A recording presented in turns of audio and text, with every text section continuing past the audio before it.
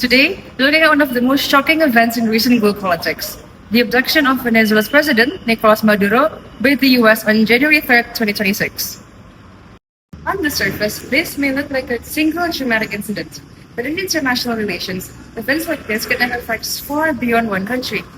What happened here is not just a domestic political issue. It raises bigger questions about sovereignty, state power, and how far a major country can go when it believes its interests are at stake. When a powerful state acts this directly towards another government, it sends a message to the rest of the world. And that is what makes this case so important. It is not just about Venezuela. It is also about the balance of power in the international system and whether rules really matter when great powers are involved. The key questions becomes, what does this mean for the global order? If superpower states can intervene this aggressively, then weaker states may start to see the world as even more unpredictable and risky. This is where the case becomes much more bigger than just one country or one leader. It becomes about how states can protect themselves, how they respond to threats, and whether or not international law can actually bind and restrain powerful actors. In other words, this case forces us to question whether or not the world is still governed by international law or by power. And to understand this, we use the theory of realism. Through realism, it helps explain why states act the way they do in an international adaptive system where survival, power, and national interest comes first. So, before we discuss about the theory, let's look at what scholars say about this case. First, the U.S. intervention in Venezuela experts see as an important moment in international relations because it shows the challenge in the principle of state sovereignty. Second, the Fordham International Law Journal argued that by calling this event as a law enforcement, the United States avoided the usual international law. And this is become a dangerous example for the other powerful countries. Third, from the theoretical perspective, the offensive realism explained that the great power always seek more security and influence because the international system is anarchic, and can explain why U.S. intervention Venezuela. So from the 3 points, we will analyze how realism explains the intervention of U.S. to the Venezuela. When we look at the United States intervention in Venezuela, the world may see this as an illegal action. But in international relations, realism explains this. First, international structure is anarchic. There is no world police to punish superpower like US.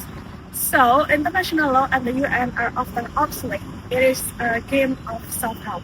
Second, it's about national interest and power.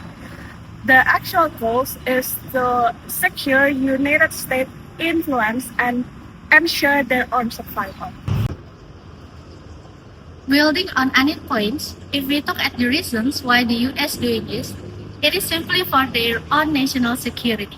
In realism, the US see Venezuela as a big threat that could be messed up with their power and influence in the region.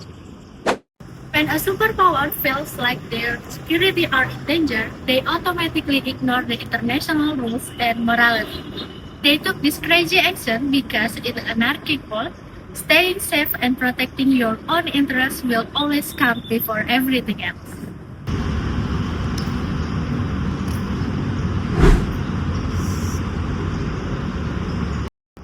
We can see the after effects of this conflict through a realist perspective because it affects both US Venezuela and the global system.